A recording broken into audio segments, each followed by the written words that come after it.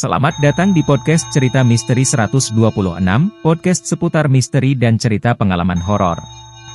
Di Teror Hantu Rumah Baru Part 3. Dengan memantapkan diri, Mbak Melati pun jalan mengendap-endap di tengah ruangan yang gelap, hanya ingin memastikan apakah suara ketukan pintu tersebut berasal dari suaminya yang pulang setelah lembur kerja. Saat mendekati pintu terlebih dahulu, Mbak Melati memastikan apakah suara pintu yang terdengar seperti diketuk tersebut berasal dari suaminya yang pulang. Dengan memberanikan diri, Mbak Melati pun kini mengintip dari balik jendela.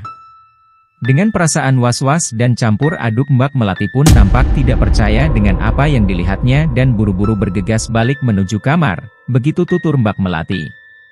Singkat cerita, setelah kejadian yang dialaminya semalam, tanpa mengingat tepat pukul berapa, tanpa sadar Mbak Melati mulai tertidur, dan tiba-tiba Mbak Melati sudah terbangun di keesokan harinya.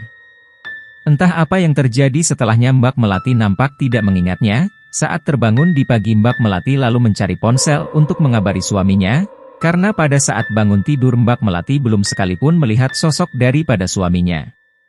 Saat melihat ponsel, begitu banyak panggilan dan pesan yang masuk dari suaminya semalam.